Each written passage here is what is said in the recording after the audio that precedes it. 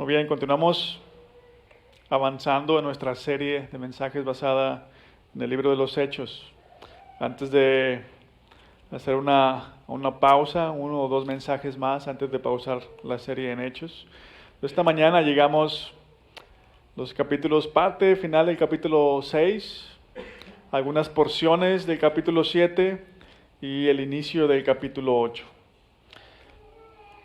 Capítulo 7 es básicamente la respuesta de Esteban a los líderes religiosos que lo interrogan al ser acusado de querer hacer a un lado las tradiciones y destruir el templo de Dios. No voy a leer todo el capítulo 7 porque es un capítulo largo, así que nada más vayan siguiendo con su vista la lectura. Voy a comenzar en el capítulo 6, versículo 8.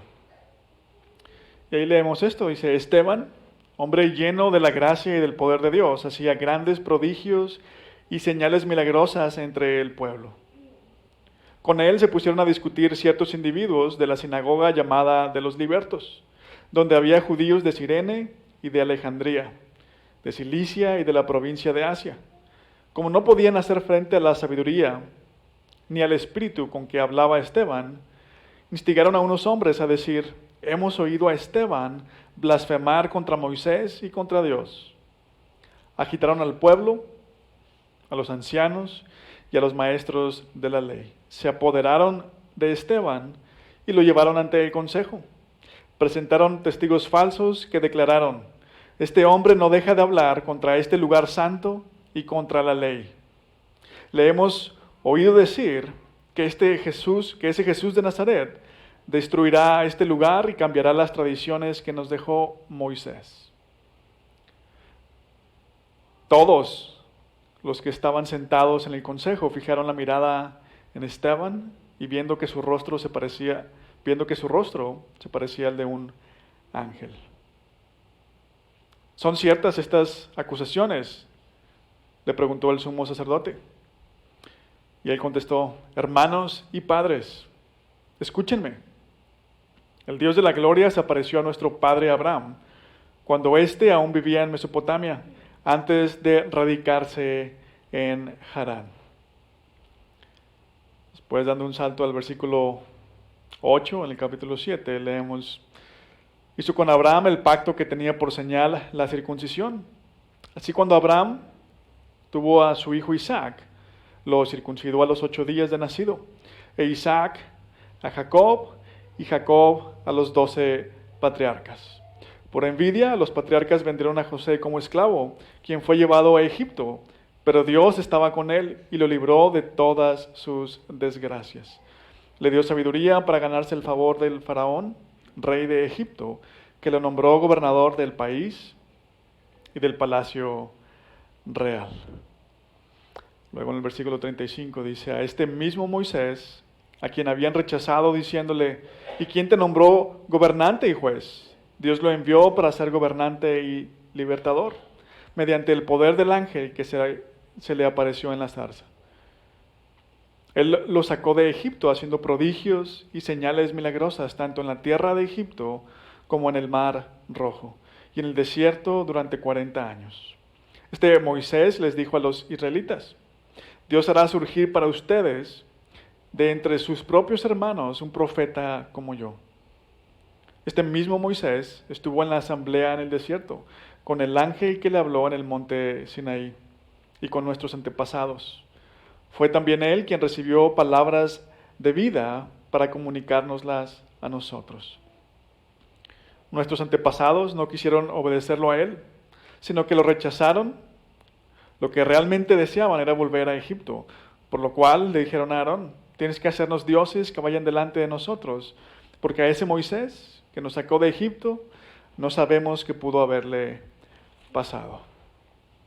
Después, en el versículo 47 del capítulo 7 y hasta el final del capítulo, leemos: pero fue Salomón quien construyó la casa. Sin embargo, el Altísimo no habita en casas construidas por manos humanas, como dice el profeta: el cielo es mi trono y la tierra el estrado de mis pies. ¿Qué clase de casa me construirán? Dice el Señor. ¿O qué lugar de descanso? ¿No es mi mano la que ha hecho todas estas cosas? Tercos, duros de corazón y torpes de oídos. Ustedes son iguales que sus antepasados. Siempre resisten al Espíritu Santo. ¿A cuál de los profetas no persiguieron sus antepasados? Ellos mataron a los que de antemano anunciaron la venida del justo. Y ahora a éste lo han traicionado y asesinado ustedes, que recibieron la ley promulgada por medio de ángeles y no la han obedecido. Al oír esto, rechinando los dientes, montaron en cólera contra él. Pero Esteban, lleno del Espíritu Santo, fijó la mirada en el cielo y vio la gloria de Dios y a Jesús de pie a la derecha de Dios. Veo el cielo abierto, exclamó, y al Hijo del Hombre de pie a la derecha de Dios. Entonces ellos, gritando a voz en cuello, se taparon los oídos y todos a una se abalanzaron sobre él. Lo sacaron a empellones fuera de la ciudad y comenzaron a apedrearlo. Los acusadores le encargaron sus mantos a un joven llamado Saulo. Mientras lo apedreaban, Esteban oraba, Señor Jesús, decía, recibe mi espíritu. Luego cayó de rodillas y gritó, Señor, no les tomes en cuenta este pecado. Cuando hubo dicho esto, murió.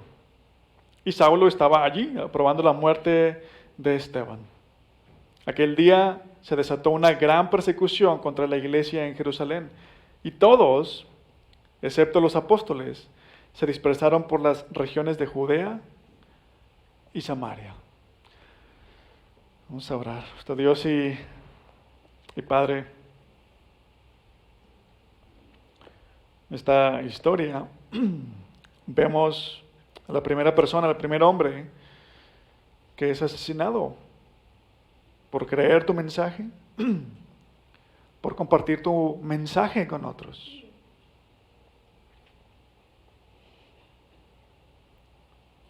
Esto es lo que tu iglesia se dedicó a hacer desde sus inicios, hablar de ti y vivir para ti. Ayúdanos a vivir como estos primeros cristianos. Padre, danos la fuerza, la voluntad de ponerte a ti antes que todo, que podamos dar testimonio de ti. Lo pedimos en el nombre de Jesús. Amén. Hemos visto que prácticamente desde sus inicios la iglesia fue amenazada y perseguida. Y la historia que acabamos de leer nos narra la muerte del primer cristiano, Esteban. La historia extrabíblica, documentos fuera de la Biblia, nos dicen que este fue el destino de muchos cristianos. Él no fue el único. Y la pregunta es, si ese es el caso, si ese fue el caso de la iglesia primitiva, si ese fue el caso con los primeros cristianos, ¿cómo se mantuvo la iglesia? ¿Cómo siguió creciendo? ¿Quién en su sano juicio se uniría a una comunidad que si algo tenía que ofrecerle era la seguridad de que iba a sufrir?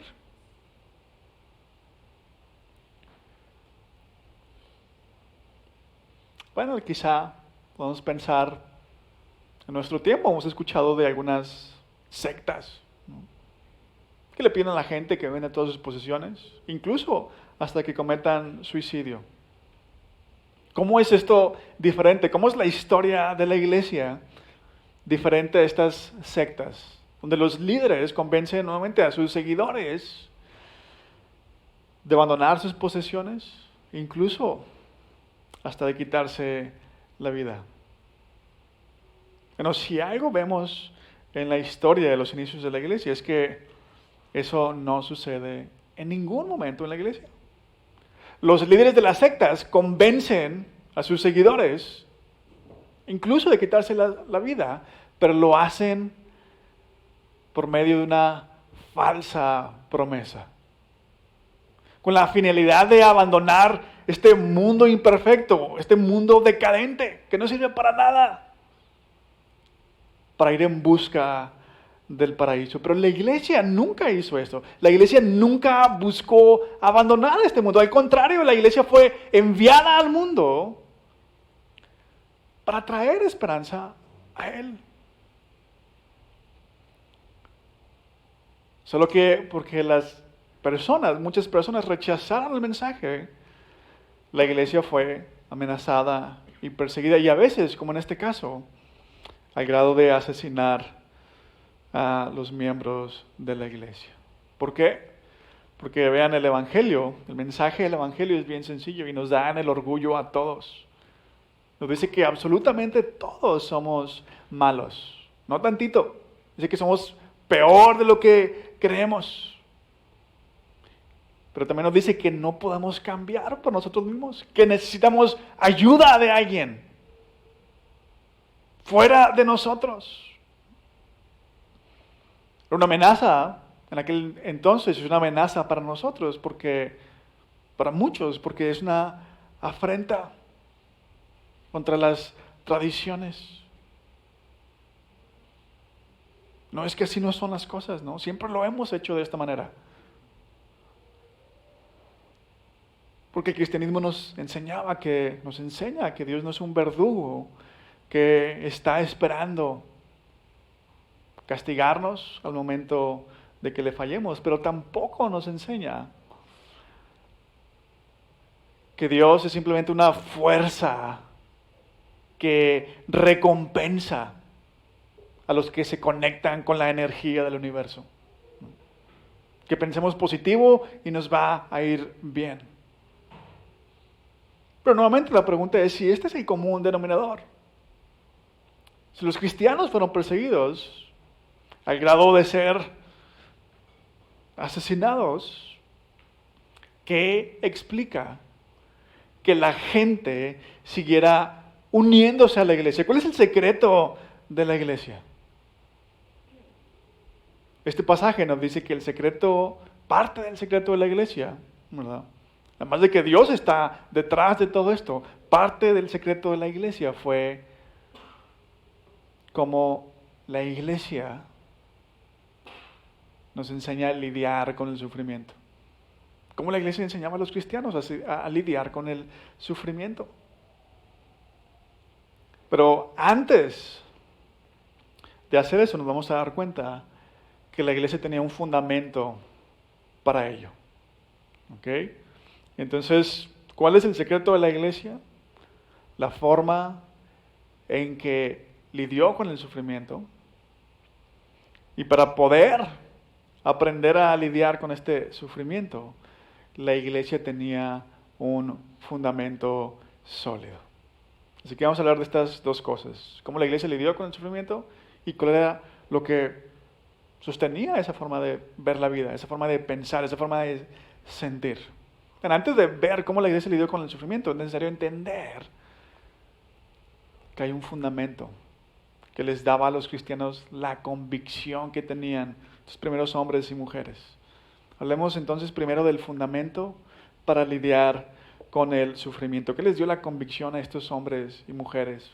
¿Qué le dio la convicción a Esteban de morir por el mensaje del Evangelio? Vean, en la historia Esteban es acusado, leemos, falsamente. Eran testigos falsos.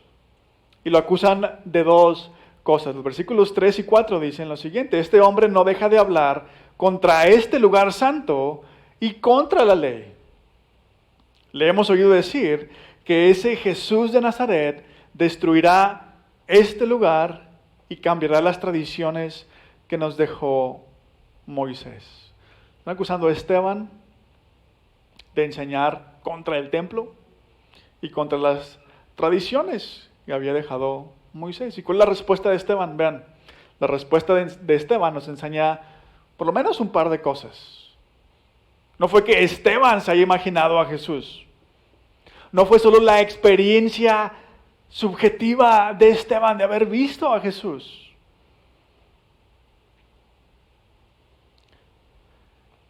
el mensaje que Esteban había escuchado acerca de Jesús tuvo sentido por lo que pasó antes de que Jesús viniera. Escuchen cómo comienza él su defensa. En el versículo 2 él se dirige a quienes lo están escuchando. Hermanos y padres, escúchenme. El Dios de la gloria se apareció a nuestro padre Abraham cuando éste aún vivía en Mesopotamia, antes de radicarse en Harán. Esteban no está en contra de muchas de las cosas que los judíos creen. De hecho, él también ve a Abraham como su padre. Y después de decirles esto, les hace un recuento de toda la historia de Israel. Y después de recordarles que Dios hizo un pacto con Abraham, él menciona a Isaac, hijo de Abraham, y luego a Jacob, hijo de Isaac, y a los 12 patriarcas, a las 12 tribus de Israel. Les recuerda cómo Israel fue esclavo en Egipto.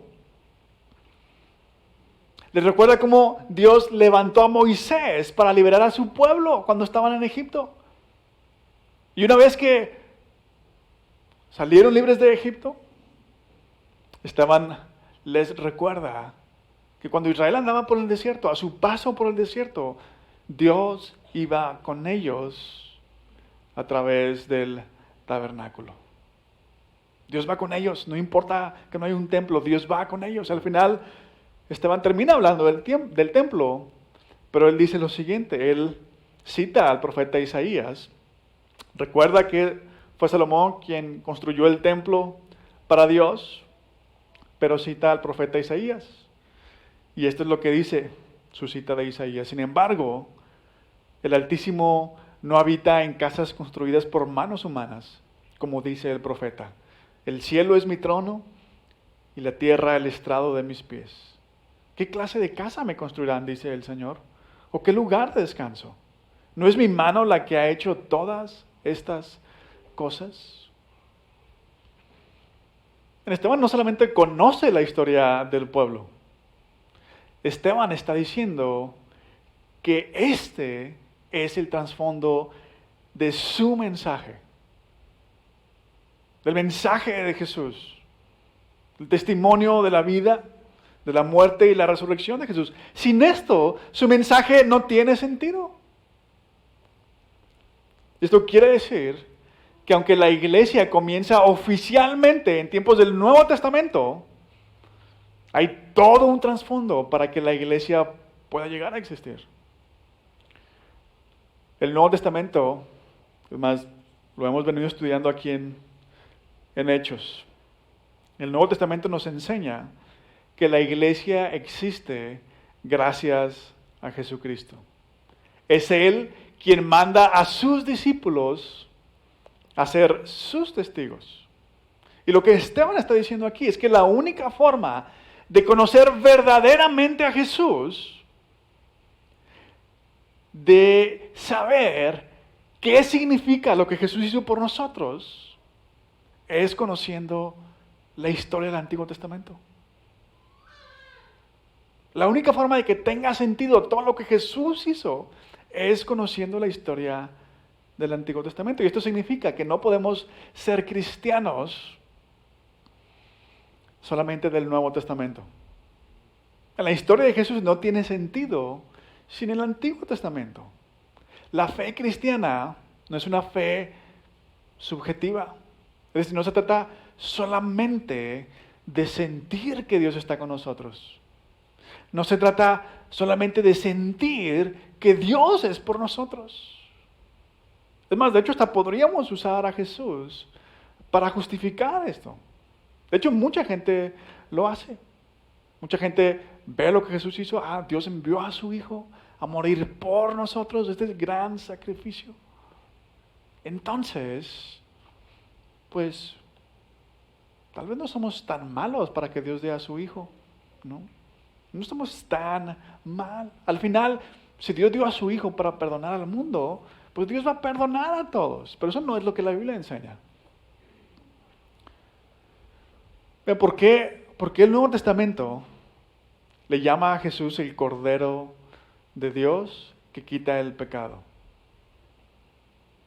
Porque en el Antiguo Testamento los judíos sacrificaban a un cordero para quitar los pecados del pueblo. Era necesario el sacrificio de alguien inocente. Y Esteban le recuerda a los judíos todo lo que el pueblo de Dios hizo a lo largo de la historia. ¿Qué hizo el pueblo de Dios a lo largo de toda su historia? Siempre rechazaban a Dios. Siempre rechazaban a quien Dios elegía para salvarlos. Esteban menciona cómo los patriarcas vendieron a José. Sus propios hermanos, eran hermanos, y ellos vendieron a José. Lo vendieron como esclavo. Pero Esteban dice que Dios lo usó a él, que fue a través de él que Dios salvó a su pueblo. Luego, después de él, vemos que Dios les envía un libertador. ¿A quién? Moisés, cuando Israel es esclavo en Egipto. Pero el pueblo rechaza a Moisés. ¿Y quién eres tú? Pero es Moisés quien libera al pueblo de Dios. Luego, cuando ya están en el desierto, a las pocas semanas, ¿no?, de haber sido liberados de Egipto, Moisés estaba en el monte Sinaí, estaba con Dios, estaba recibiendo los mandamientos de Dios, y porque se tardó mucho tiempo, el pueblo se acerca a Aarón y le dice: oye, ¿quién sabe qué le pasó a Moisés? Haznos dioses. Y el pueblo hizo un ídolo en forma de becerro y dijo: este es nuestro Dios. Una y otra vez, el pueblo de Israel abandona a Dios. Menosprecia a quien Dios envía. Y hablamos ahorita del templo. Los judíos pensaban: aquí es donde está Dios. Pero el profeta Isaías dice: Dios es mucho más grande. Dios no puede ser contenido en un templo de piedra. En el versículo 52, Esteban resume el rechazo del pueblo de Dios hacia Dios a lo largo de toda la historia con esta frase. Dice: ¿a cuál de los profetas no persiguieron sus antepasados? Ellos mataron a los que de antemano anunciaron la venida del justo. Al hablar de Jesús, Esteban está haciendo referencia de Jesús. Pero se dan cuenta, la historia de Jesús no fue algo que se le ocurrió a unos cuantos en tiempos del Nuevo Testamento. El mensaje del Evangelio no fue algo que se le ocurrió a Pablo o a los apóstoles.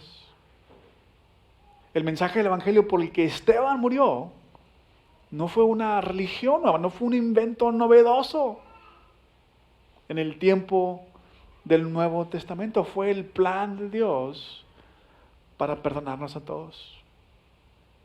Ahora, este es el fundamento para que la iglesia pudiera lidiar con el sufrimiento como lo hizo. Como ya vimos el fundamento, ya estamos conscientes de que el mensaje no fue algo que los cristianos inventaron, lo sacaron de la manga. Ahora sí hablemos de cómo la iglesia lidió con el sufrimiento. Bueno, al final del capítulo 7, vemos a Esteban muriendo apedreado.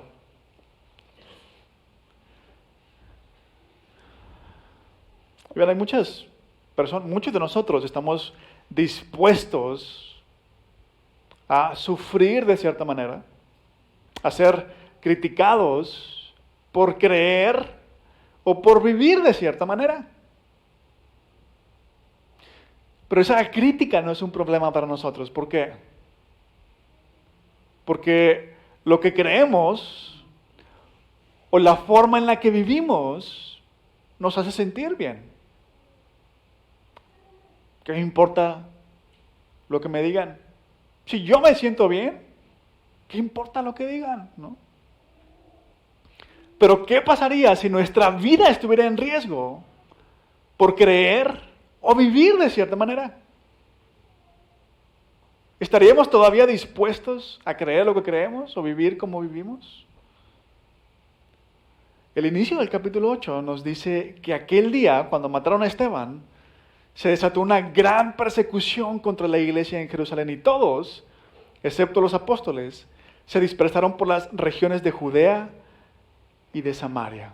Capítulo 8, versículo 1. Bueno, la iglesia se dispersó, pero no se acabó. Los cristianos siguieron creyendo en lo mismo, continuaron dando testimonio de Jesús, de su resurrección. Y la historia nos dice también que continuaron siendo perseguidos, amenazados y asesinados por mucho tiempo, hasta que el cristianismo se volvió la religión del imperio.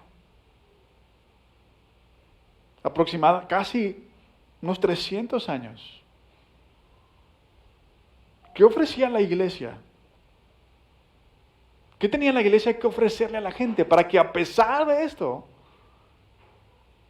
la gente se uniera a la iglesia? La gente aceptara el mensaje y estuviera dispuesta a sufrir como los primeros cristianos. ¿Qué tenía la iglesia que ofrecerles? Lo único que la iglesia tenía que ofrecerles era la verdad.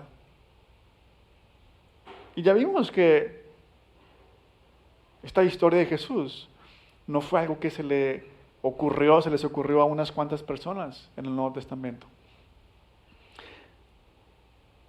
Pensemos en Esteban. Esteban no fue uno de los 12 discípulos que andaba con Jesús. Aunque Esteban era un judío, probablemente Esteban no creció en Jerusalén. Porque, ¿se acuerdan? En el pasaje anterior, capítulo 6, la primera parte del capítulo 6, está este conflicto de las viudas de los judíos de habla griega están siendo desatendidas y se quejan, ¿verdad? ¿Qué les proponen los apóstoles? Escojan a 7 hombres llenos de sabiduría y del Espíritu Santo y que sean ejemplos. Esteban es uno de estos hombres.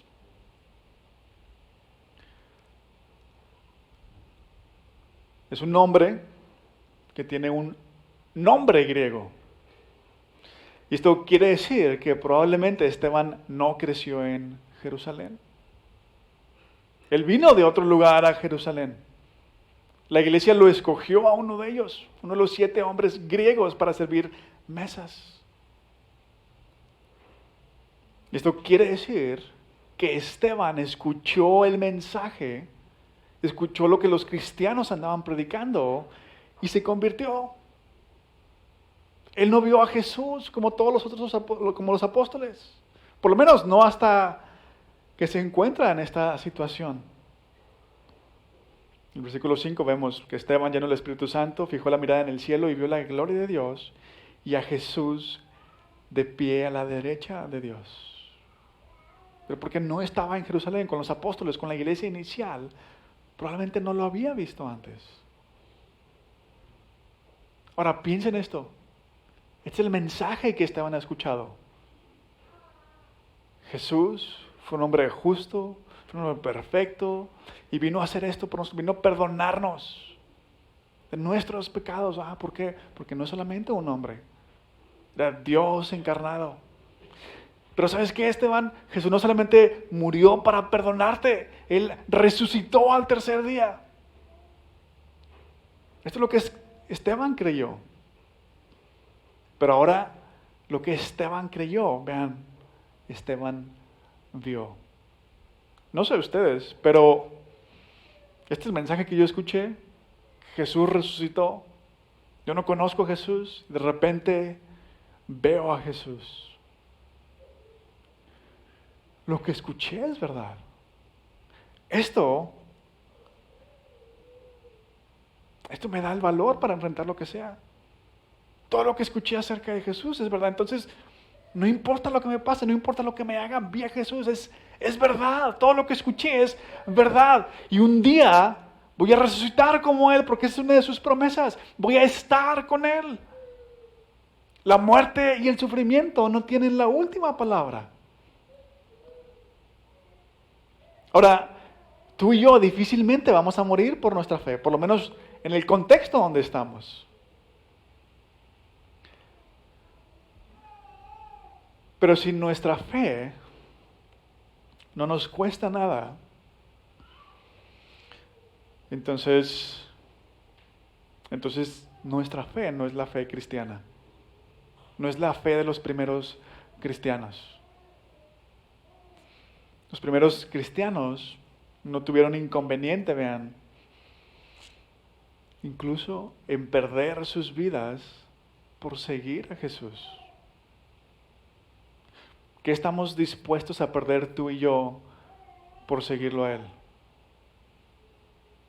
¿Estamos dispuestos a perder nuestra comodidad? ¿Lo que piensan de nosotros? ¿Nuestra autonomía? ¿Tú quién eres para decirme? No. ¿Qué estamos dispuestos a perder nosotros? Ahora, antes de terminar, quiero decirles lo siguiente. Porque podríamos malentender lo que estoy diciendo. Podríamos pensar que nuestro sufrimiento, que el estar dispuestos a sufrir por Dios, hará que Dios nos acepte, o que Dios nos perdone, o que Dios nos bendiga. En un sentido es lo que hacen los líderes de las sectas, pero las cosas no son así en el cristianismo. Los cristianos dieron sus vidas porque Dios hizo algo por ellos. Ahora, ¿cómo saber que no estoy cayendo en esta trampa? En la trampa de pensar, si vivo de esta manera, entonces Dios me va a dar esto. Dios me va a bendecir, Dios me va a perdonar. Todos mis pecados pasados se van a borrar. Si vivo de esta manera, si sufro. ¿Cómo saber que no estoy cayendo en la trampa? Vean lo que Esteban hace cuando él está siendo apedreado. Esteban ora y dice, Señor Jesús, recibe mi espíritu. Pero no solamente dice eso. Él también dice, Señor, no les tomes en cuenta este pecado. Recibe mi espíritu. Dice, no les tomes en cuenta este pecado. A sus asesinos.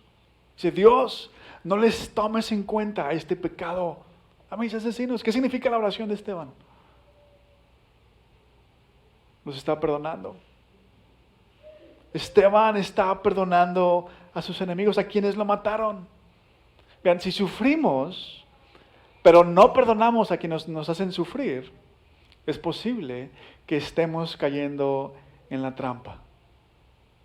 Que en el fondo pensemos que Dios nos va a ver con buenos ojos porque estamos sufriendo por su mensaje, por Él, por Jesús. Que Dios al final nos va a perdonar porque estamos sufriendo. Pero si pensamos así, bueno, eso hará imposible que perdonemos a otros.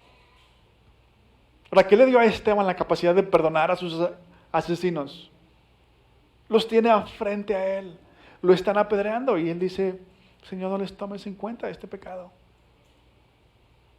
En el versículo 51, Esteban les dice, tercos, duros de corazón y torpes de oídos. Ustedes son iguales que sus antepasados, siempre resisten al Espíritu Santo. En lo que hizo Esteban, dar su vida por el mensaje de Jesús, es lo mismo que hizo a Esteban perdonar a sus enemigos, perdonar a sus asesinos. En algún punto Esteban, él reconoció que él también fue un terco, que él también fue un duro de corazón. En algún punto a Esteban le cayó el 20 de quién era él delante de un Dios santo, pero él vio y él experimentó la gracia y el amor de Dios. Jesús vino a perdonarme a mí. Por eso dio su vida por el mensaje. Por eso perdonó a sus enemigos. Por eso los cristianos sentían gozo incluso de ser azotados por el nombre de Jesús. ¿Se acuerdan los apóstoles? Este es el secreto de la iglesia. Los cristianos creyeron y entendieron que el Dios que creó todas las cosas se hizo hombre. Anduvo en este mundo y sufrió como cualquiera de nosotros sufrimos. Encima de ello, siendo inocente, Él terminó en una cruz, tomando nuestro lugar para perdonarnos.